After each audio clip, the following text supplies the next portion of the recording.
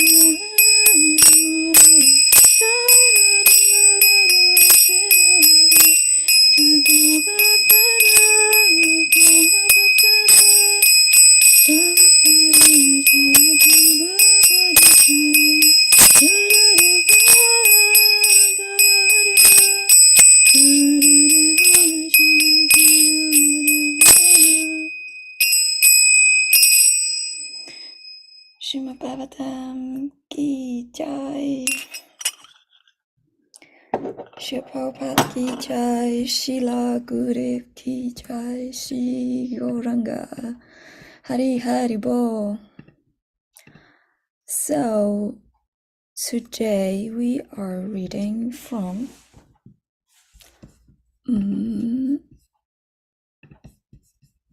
just one second. Srimad Bhagavatam, Canto 5, Chapter 14, verse 41. Thank you so much, Taraka Prabhu. Taraka Prabhu is always desire to be of service for the devotee in many, many different ways. And we're so thankful for that. Okay. Chant invocation. Om Namo Bhagavate Vasudevaya. Om Namo Bhagavate Vasudevaya. Om Namo Bhagavate Vasudevaya. Narayanam Namakasham Naram Chaivam Narottamam Devim Saraswatim Yarsam Tato Jayam Hariraye.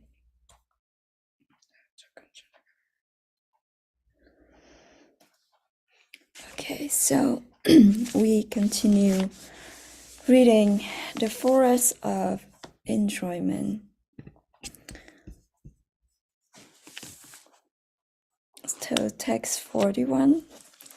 Karma valim avalam ya tata aparakathanchin naraka vimukta punapi evam samsaravani vatamano naralokashatam upayati evam uparigatupi.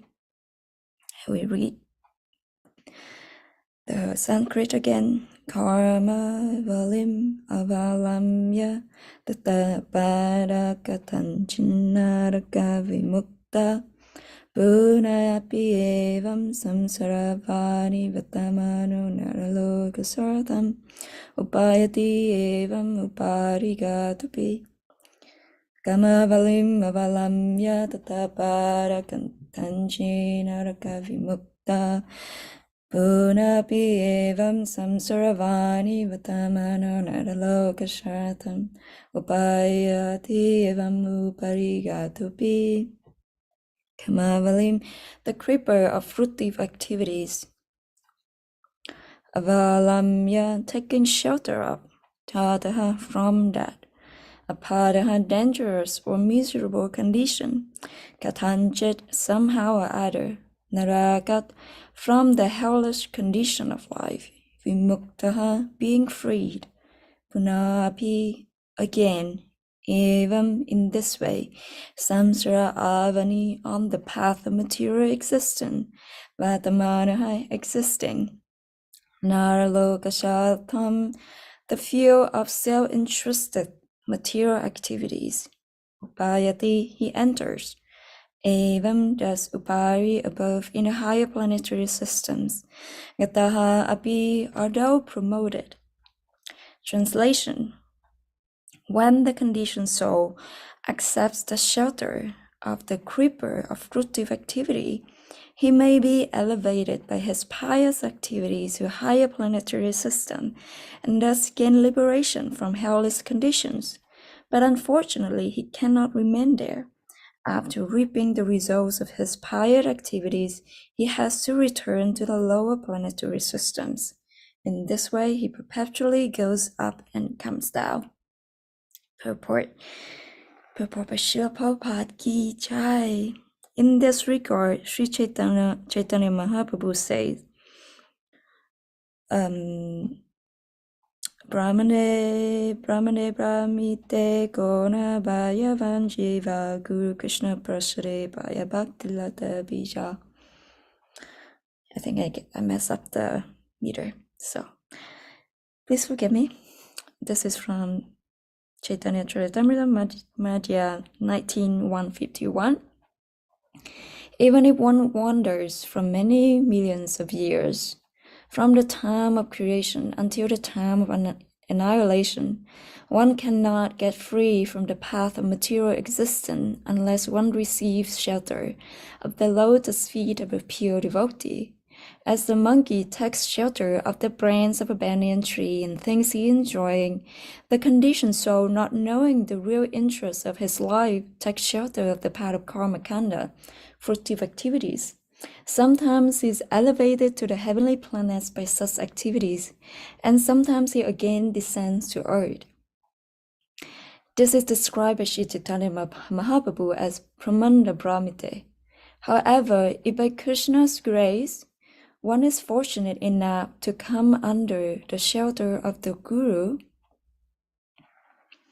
by the mercy of Krishna, he received lesson on how to execute devotional service to the Supreme Lord. In this way, he received a clue of how to get out of this continuous struggle up and down within the material world. Therefore, the Vedic injunction is that one should approach a spiritual master. The Vedas declare tat vijnanatham sagurum eva bhigachet. Mundaka Upanishad 1-12. Similarly, in Bhagavad Gita 4:34, the Supreme Personality of Godhead advises Tad Vedi Pranipatena Pariprashnena Sevaya Upadekshanti Te Jnanam Jnanena Tatvadashina. Just try to learn the truth by approaching a spiritual master, inquire from him submissively, and render service unto him. The self-realized soul can impart knowledge unto you because he has seen the truth. Srimad Bhagavatam 11.3.21 gives similar advice. Tasmai gurum papadyeta gyashu shreya uttamam shabde pareja nisnatam brahmani upashamasrayam. Any person who seriously desires to achieve real happiness must seek out a bona fide spiritual master and take shelter of him by initiation. The qualification of his spiritual master is that he must have realized the conclusion of scriptures by deliberation or be able to convince others of these conclusions. Such great personalities who have taken shelter of the Supreme Godhead, leaving aside all material considerations, are to be understood as bona fide spiritual masters. Similarly, Visvanath Chakravarti, a great Vaisnava, also advised, Yasya Prasadam Bhagavat Prasadam.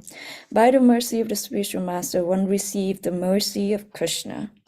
This is the same advice given by Sri Chaitanya Mahaprabhu, Guru Krishna Prasade Paya Bhakti Lata Bija. This is essential. One must come to Krishna consciousness, and therefore one must take shelter of a pure devotee.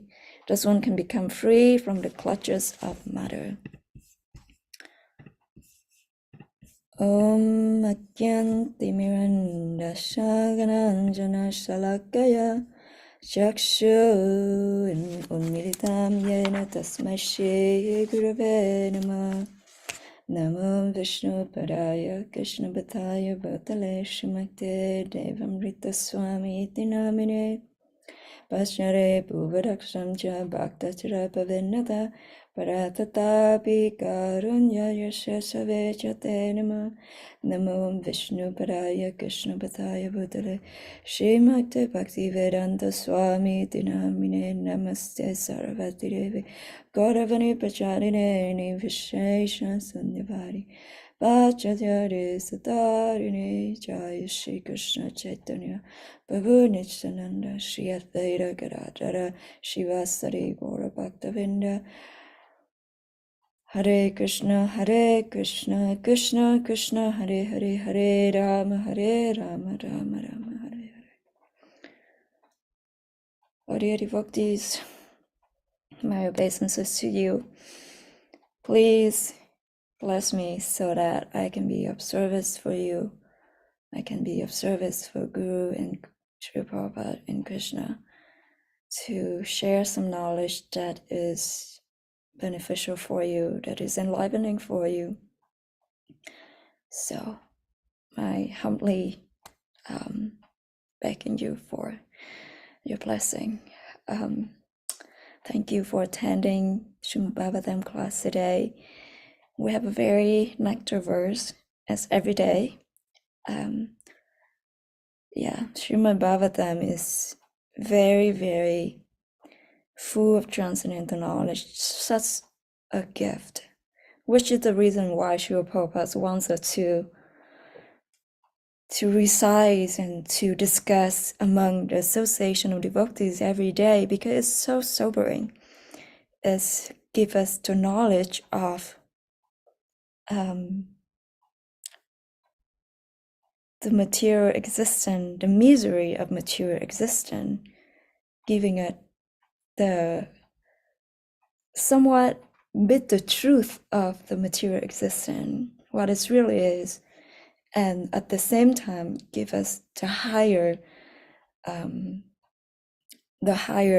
knowledge, the higher channel, the higher method to get out of it and to get back to our original constitutional position of who we actually are. And the verse today also the same purpose. So the reality of the material existence is that the conditioned souls accept the shelter of the creeper of fruitive activity. A few days ago, we talked about the creeper of the seed of devotional service. But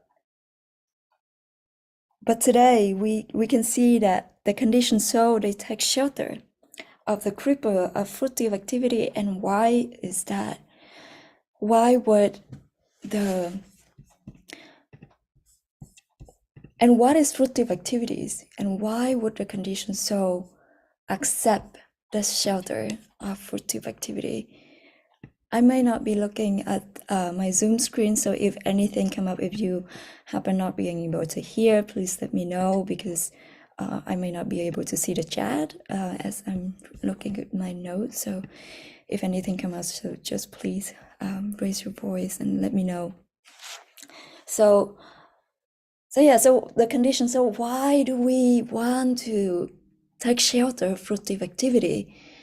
And as I study psychology at school, so I've been meditating on the human psychology and divine psychology, the psychology of the human body and the psychology of the pure soul. And it's interesting because as the conditioned soul in the human body, as the false ego identify with a human body, the human body is perishable. The human body will die. And that is a lot of that evoke a lot of fear, isn't it? That we're gonna die. So what are we gonna do? So then the conditioned soul naturally want to look for safety, want to look for love, for connection, for happiness. We want to have a nice house, to have a shelter, to be protected from the condition of nature, as in calamities, as in rain. Like we create so many advancement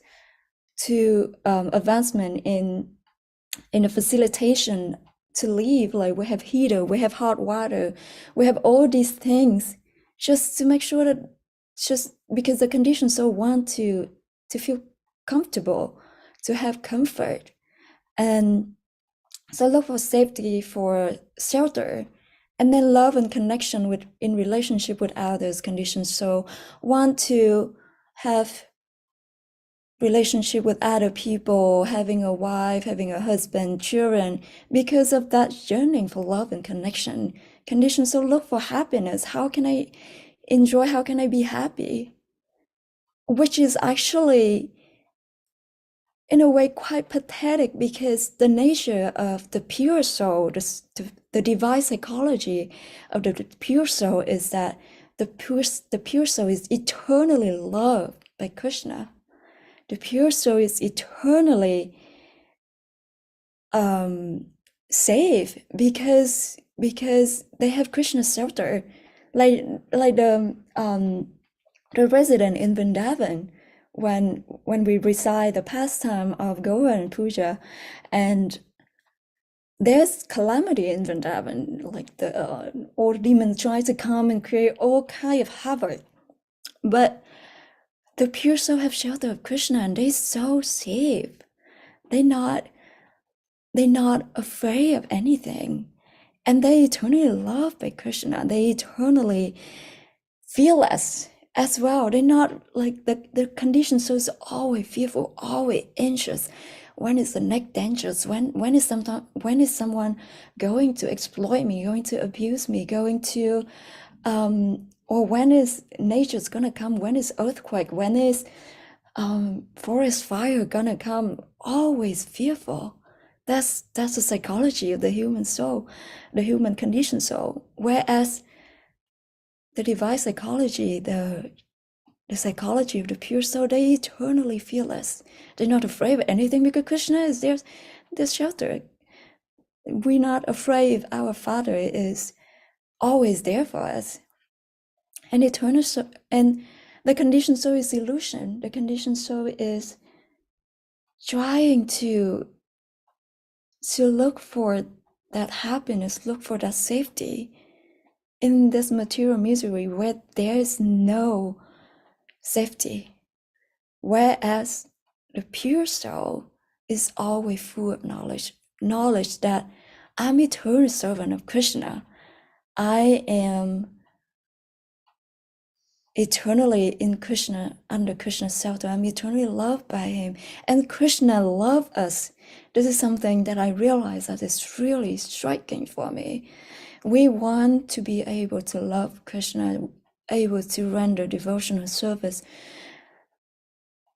unalloyed, unmotivated, and undeviated, uninterrupted. We want to be that. Why? Because Krishna loves us. Krishna loves us unalloyed. His love is completely unalloyed toward us. Can you believe that? Like Krishna have the love that is unalloyed, undeviated, uninterrupted, and unmotivated. And the example of that is that the super soul is always with us from time immemorial. The super soul is always with us even when we change our body. The super soul always with us. The super soul facilitate our desire. Krishna always wants to be of service for us, but we are so in illusion as conditioned soul that we don't turn to Krishna. We want to enjoy here, but Krishna is trying to show us constantly, repeatedly, hey, this is not where you want to be. This is full of fear and relationships are broken, and Krishna constantly tries to show us that, hey, this is not the way where you want to be. But due to our illusion, the conditioned soul, we continue want to engage, take shelter of the creeper fruitive activity to enjoy this world. And we try to do it in so many different ways just to make it feel just a little bit secure in this material world, a little bit better in this material world by doing all kinds of, either in ignorant mode, like engaging in like drugs and psychs and all kinds of things, or even to engage in like altruistic work, like create a hospital and feeding people, just because we want to feel some sense of connection, some sense of shelter, that there's something here for me, there's something in this material world that can fulfill me. And Krishna fulfilled those desires. That's how Krishna showed his love for us. He fulfilled our desire. And in Bhagavad Gita 4:11, Krishna says, as all surrender unto me, I reward them accordingly. Everyone follows my path in all respects, O son of Pritha. Everyone is searching for Krishna in different aspects of his manifestation, knowing it or not. Everyone wants to be wealthy. Everyone actually, the ultimate reason that we are here in this material world is because we want to be Krishna. We want to have that sense of being in power, being the enjoyer. But we actually have so much power if we are, in terms of pure spiritual psychology, Krishna come under the love of his devotee. Isn't that interesting? Like we actually have so much power over the Supreme Personality of Godhead if we actually have so much love for Him. But then, as conditioned, so we want to be, we want to be powerful in a conditioned way, which is actually quite powerless, unfortunately. And and here in the translation today, the conditioned soul accept the shelter of prepared fruitive activity, and so they may do a lot of pious activity to get upgrade to higher planetary system, but then they're gonna come back here again, and it's just going ups and down. And here the verse today, Srila Prabhupada wrote, as a monkey takes shelter of the branch of a banyan tree and thinks he is enjoying, the conditioned soul, not knowing the real interest of his life, takes shelter of the path of karma kanda, fruitive activities. Because they don't have a better knowledge, and even when given better knowledge, it's so hard for the conditioned soul to accept that. They still want to take, just like the monkey takes shelter of the branch of banyan tree and thinks he's enjoying. Similarly, the conditioned soul trying to take shelter of fruitive activity. What can I do in this world?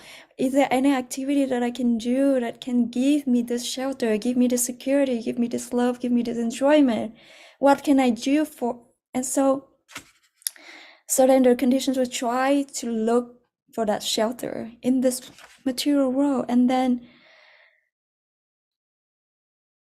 by Krishna's grace, if one is fortunate enough to come under the shelter of the Guru, by the mercy of Krishna, he received lesson on how to execute devotional service to the Supreme Lord.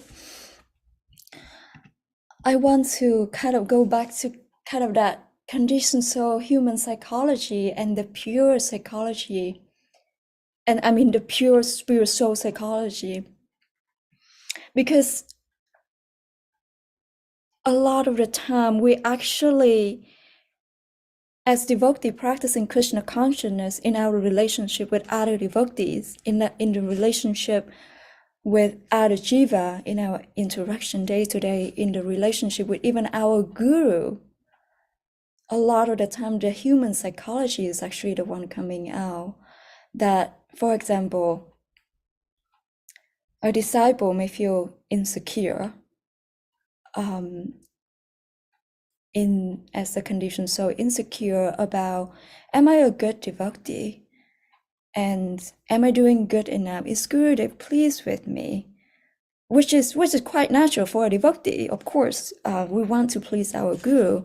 But then the human psychology is that as a child, for example, if they are not loved by their parents, they grow up and constantly needing the recognition, needing the sympathy, needing the empathy, the acceptance from other adults in their life. And they may manifest that in the relationship with the guru as well. They may think that, oh, if I doing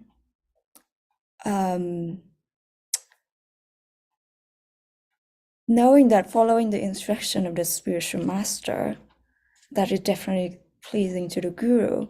But there's so much shame and guilt in the conditioned soul that they forget that the guru is a manifestation of Krishna. He's the representative. He's the manifestation of the super soul. He is the representative of the super soul. He knows all the condition, and he knows the sincere desire of the soul as well. So there's nothing to really, like as a disciple sometimes, like we want recognition, like, I'm doing this and this, are you proud of me? That's actually our human psychology manifesting. But the pure spirits don't know that. No, Gurudev only look for that spark of sincerity. Just like Krishna accepted regardless of our material disqualification. Just like Srila Prabhupada accept us despite our disqualification materially, because they know that we are spirit soul, and they are just looking for that spark of sincerity of the spirit soul, wanting to come closer to Krishna, and they're trying to fan that spark. And they also, as a spirit, as a soul, as a devotee, trying to surrender more and more to the instruction of the guru, they get more and more purification and more realization of who they actually are. So we got to be very careful about how our human psychology play out in the relationship with the guru and even relationship with other devotees, because that's going to be the impediment. That's going to be the impediment of the exchange of love, the exchange of relationship, especially among devotees. And I want to read one thing from the Nectar of Devotion, chapter 14. This chapter is about devotional qualification. So, Srila Prabhupada, right, some scholars recommend that knowledge and renunciation are important factors for elevating oneself to devotional service. But actually, that is not a fact. Actually, the cultivation of knowledge or renunciation, which are favorable for achieving a footing in Krishna consciousness, may be accepted in the beginning, but ultimately they may also come to be rejected, for devotional service is dependent on nothing other than the sentiment or desire for such service. It requires nothing more than sincerity.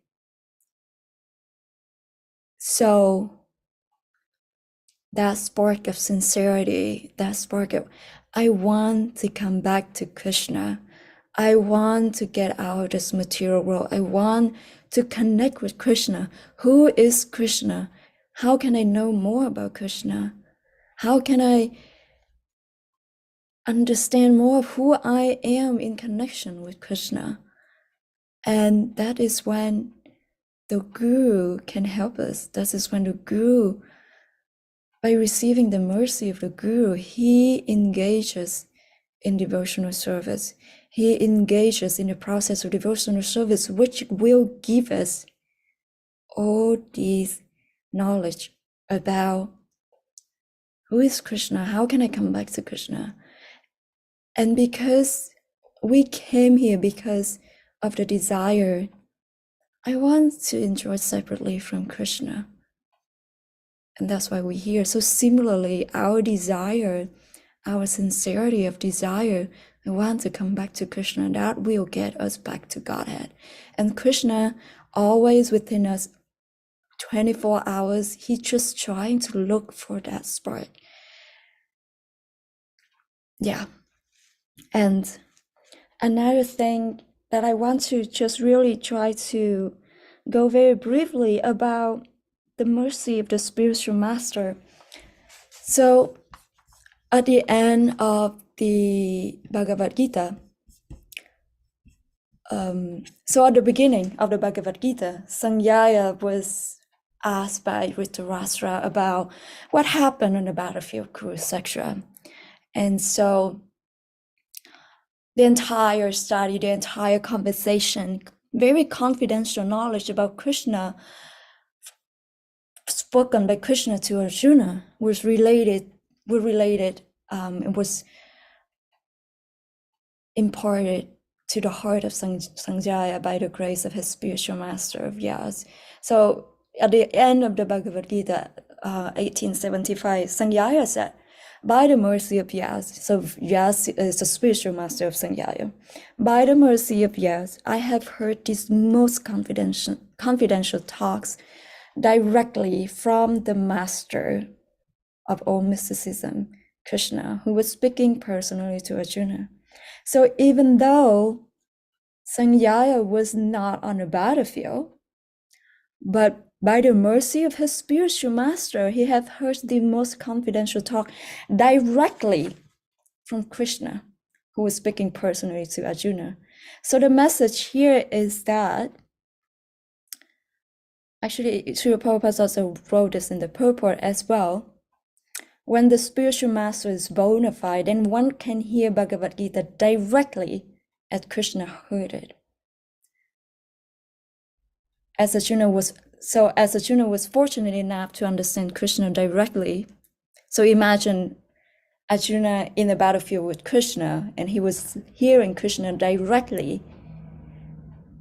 So by the grace of Vyas, by the grace of the spiritual master, the bona fide spiritual master, through the disciplic succession, Sanjaya was also able to hear Krishna directly, just like Arjuna heard it.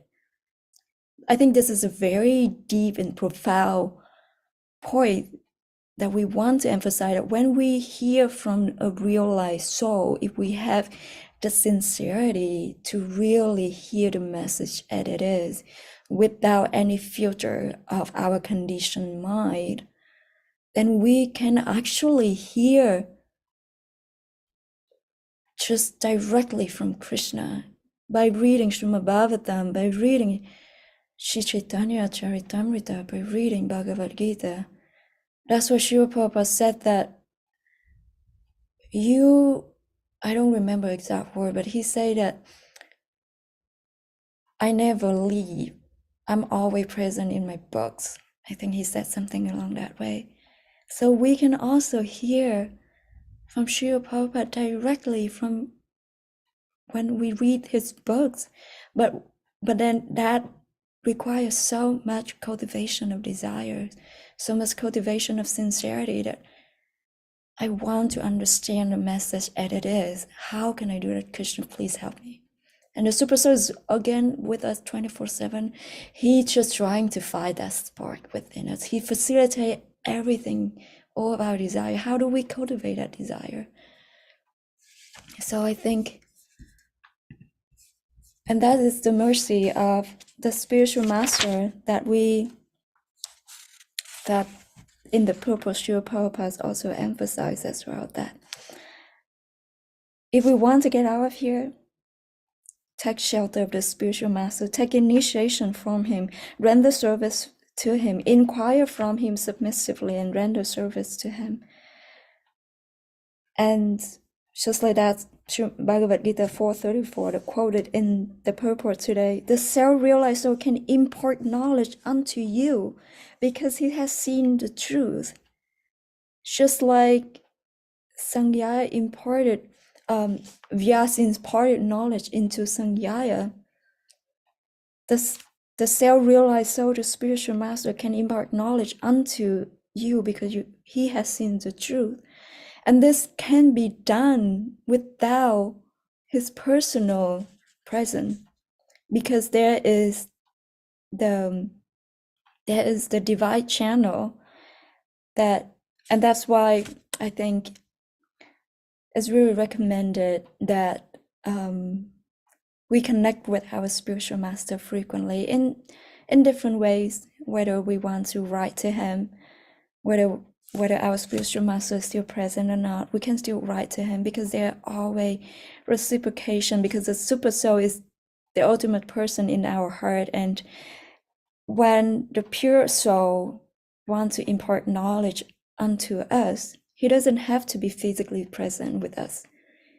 Just by his prayer, just by his connection with Krishna, the super soul receives that from the spiritual master. And the spiritual master receive the sincerity of the soul from the super soul in his heart. And so there's that channel between the super soul and the spiritual master, and the super soul is also in our heart. So when the spiritual master if we have the sincerity to really want to follow, to really want to please the guru, to really want to come back to Krishna, then the super soul in our heart reciprocate in that way by reveal knowledge to us. Because the pure soul is eternally knowledgeable. This pure soul knows everything because the super soul revealed to them. So yeah,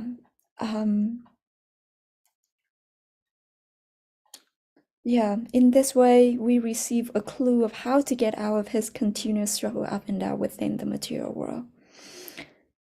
Therefore, we should approach the spiritual master and connect with him in different ways. Write to him, have a conversation with him. If the spiritual master is still on the planet, that is our fortune. Write to him, reveal our heart and mind to him. He already knows. He already knows what's going on within us. He already knows what is the manifestation of our false ego in different forms. He already know. He's just trying to see if we actually want to, how much do we want to purify ourselves? How much do we want to really transform our false ego and reconnect with our real ego of? And he's just looking for that. So,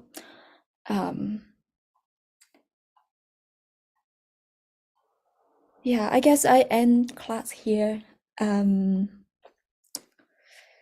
Yeah, I think that's all I want to share today. So if anyone has any questions, oh, it looks like there's a lot going on. Oh no, I thought there's a lot going on the chat. But wow, Hare Krishna, Hare Krishna, I'm sorry, I just saw it now. Yeah, I end my class here. Thank you, devotees, for your kind attention, and if you want to share any reflection, any questions that you have, and just anything, please let me know. It would be really lovely to hear from everyone. Any takeaway learned from Mother Raja Lila? How can I serve better in the future?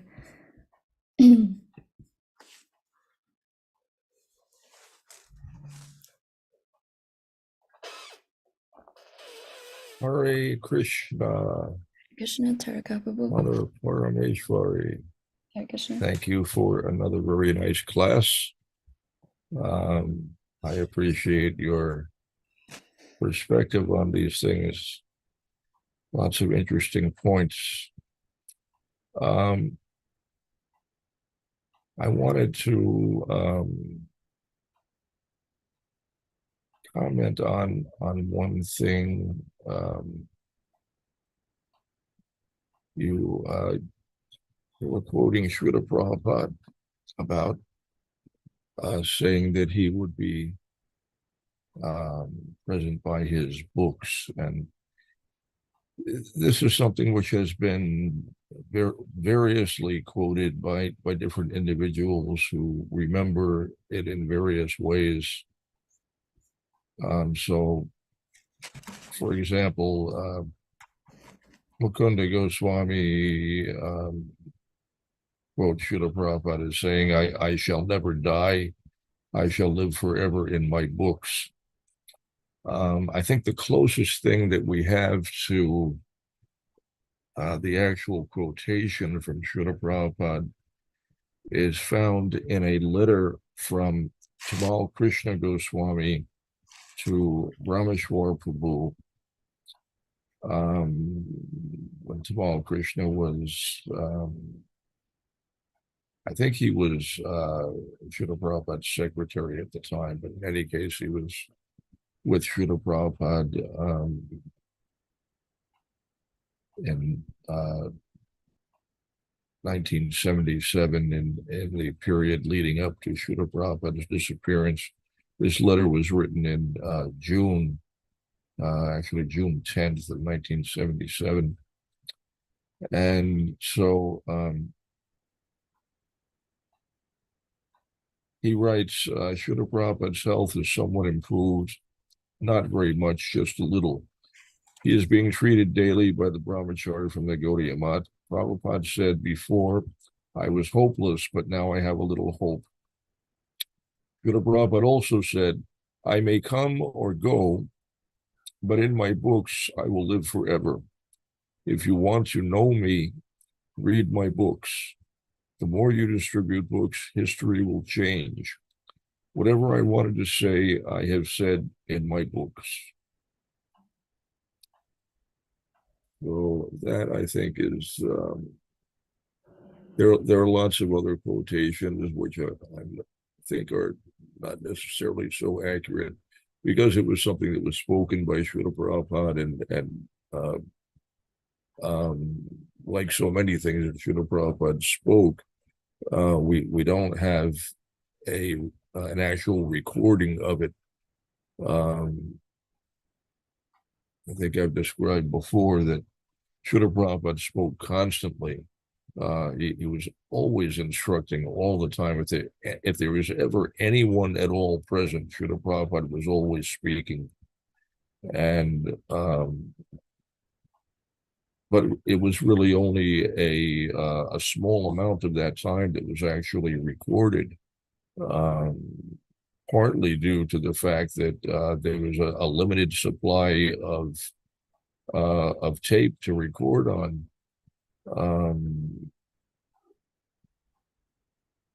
And it was actually such an issue that the tapes were once there was a point in time when the audio tapes were the tape would be reused after the tape was transcribed. The tape would be reused in order to save the expense.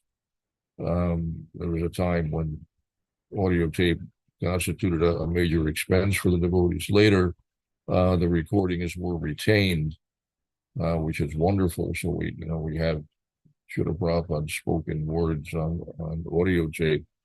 But as I say, there was so much that he spoke that was not recorded for various reasons. Sometimes there were not batteries for the tape recorder. Sometimes there was not a tape available. Sometimes there just wasn't someone available to operate the recorder. And so, a lot of things were not recorded. So this is a quote which the devotees deemed to be very significant and important. But I think the origin of its distribution throughout the movement was the letter from Tamal Krishna Maharaj to Rameshwar. I think that's how it came to be known to the devotees in general. And since then, it's been repeated and sometimes altered, modified a little bit. That's the best of my understanding. I did a little detective work to try to get to the bottom of that. That was my best understanding. It can be found also in the Lilamrita, where I think it's quoted simply as "I will live forever in my books." So there's various ways that it's described. Anyway, I thought I would contribute that for whatever it's worth. Psychology. It's psychology is we're swimming in this ocean of our own psychology, sometimes drowning in it, but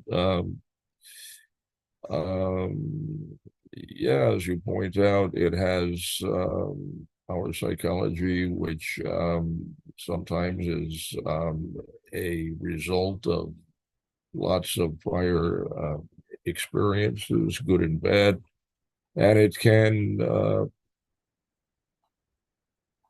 it constitutes our character, our nature, our mode of behavior, and so it can affect how we interact with other individuals, and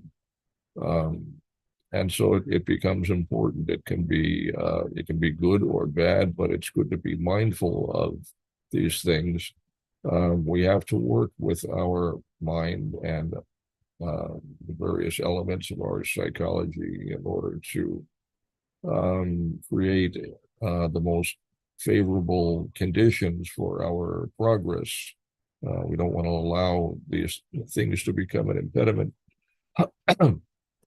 And our mind and our psychology can certainly become a huge impediment. Sometimes our psychology can become crippling when it is not well managed, or when circumstantially, due to various karma, karmic conditions. We are subject to all kinds of traumas and different conditions that condition us in such a way that we actually can become crippled and um, it can become a colossal impediment to our progress in any sphere of life, whether material or spiritual. Fortunately, the process of Krishna consciousness and simply hearing and chanting the holy names is an extraordinarily powerful means to um, not only rectify whatever problems may arise within our psychology, but actually it enables us to completely transcend it altogether, and thereby completely circumventing the whole problem. It just becomes a non-issue. So we have that benefit that we can simply chant Hare Krishna. And, every devotee should have that confidence. We can rest assured that that if we can do nothing else in Krishna consciousness, if you can just hear and chant the holy names, that by that one process, every positive effect is easily achieved. And actually, there really is no better way, particularly in this age.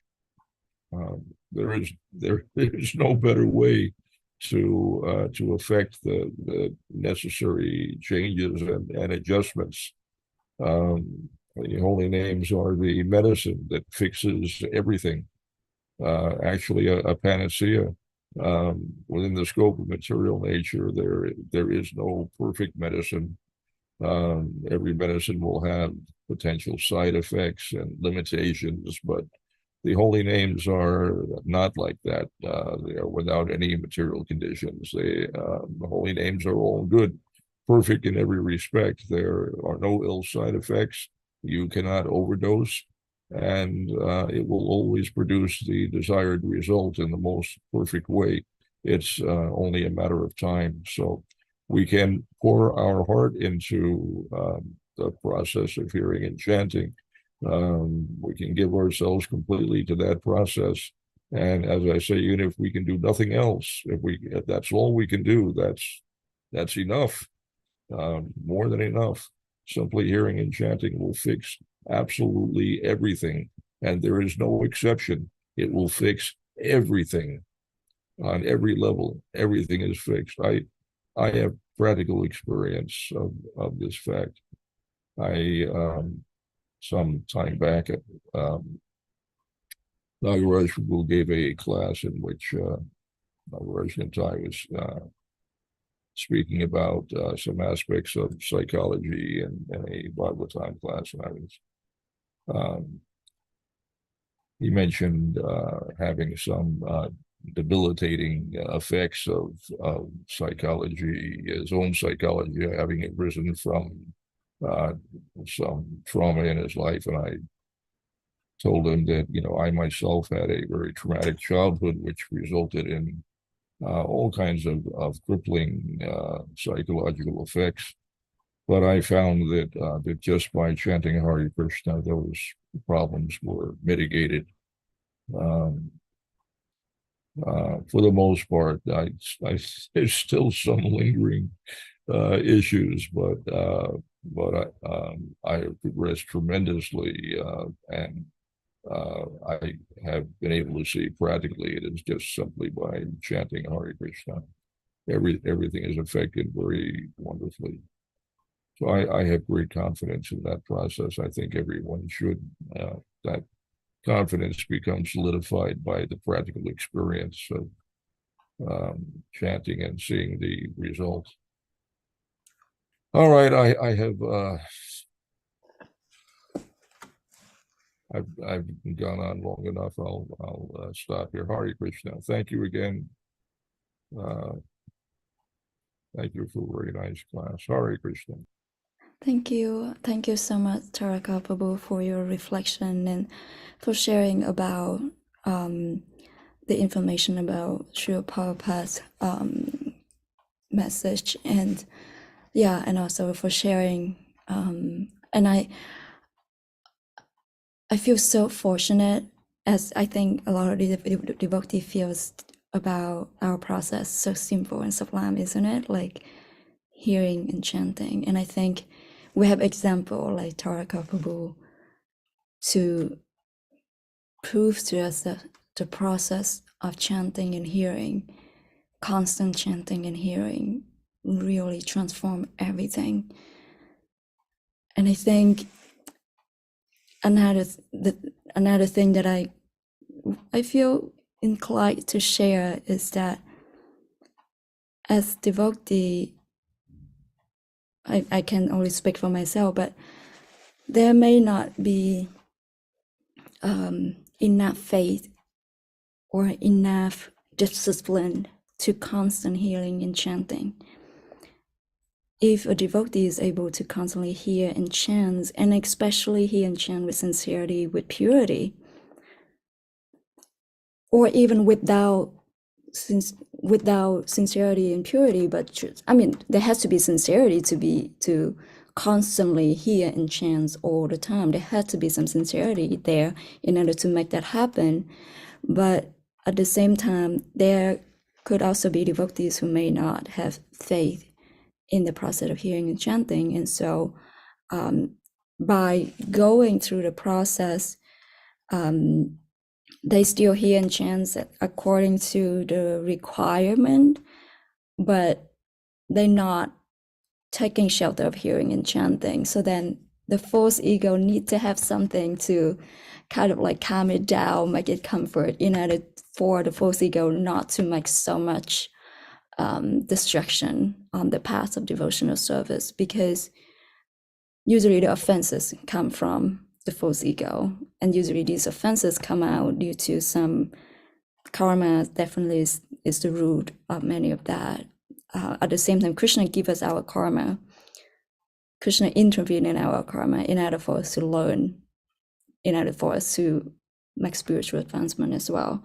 So then there has to be some kind of arrangement or even some healing, like healing through psychology, healing the trauma or whatnot, in order for the false ego not doing so much havoc to disrupt us from devotional service. So I think that's kind of how I understand it and want to share. But I think the most fortunate soul is the one who fully, completely takes shelter of the hearing and chanting process and guarantee that will bring about perfection. And I think Taraka Prabhu, you are a perfect example for us to follow. And Lila Kishori, thank you so much. I saw your comment.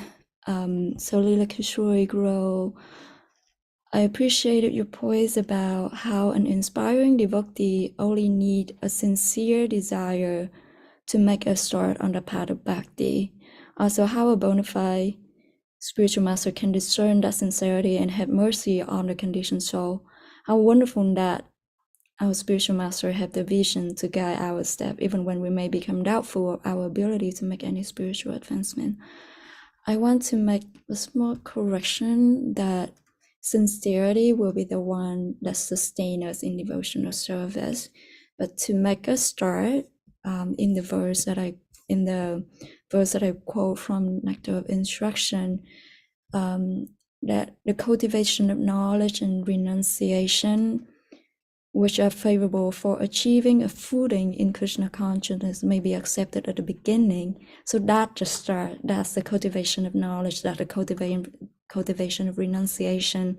That is a requirement, or not a requirement, but that can be favorable in the beginning. But sincerity of wanting to please Krishna, wanting to come back to Krishna, that is what will sustain it in devotional service. I should make that correction there. And devotees, if you have other correction regarding that, please share as well. And yeah, yes, the point about the spiritual master have the vision to guide our steps, even when we doubtful of our ability. I had a fight with my dad yesterday, and literally like a fight, like I mean through the phone, because he was enacting his old behavior as I was younger, and he was insulting me and threatened me and saying all those nonsense things, and I grew up that way. Just grew up with so much "you foolish, you stupid," so much shame, and just growing up as a child, repeatedly hearing those things, I'm like, no wonder I don't have any faith in myself, because when my very father told me repeatedly that I'm foolish and I'm stupid, that means I don't have any intelligence to make any decision in my life. That's exactly what he's trying to say, that you foolish, you stupid, because you don't know anything. You cannot make any decisions for yourself. And so I was reflecting on that and seeing like how our spiritual masters just like have so much faith in us. Have so much faith in us that you can make it back to Godhead. Or I will share this. I mean, it's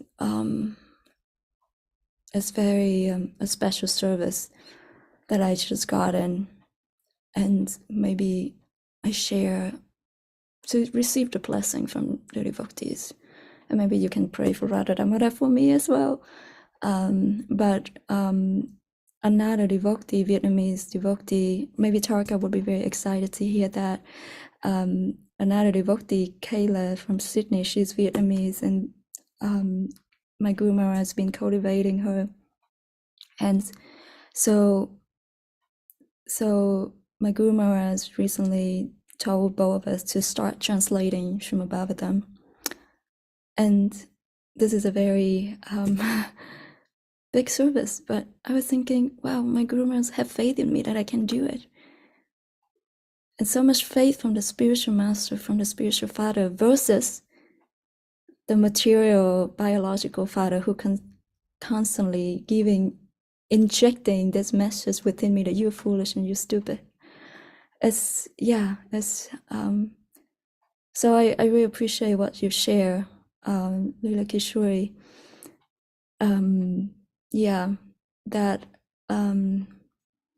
Our spiritual master have the visions.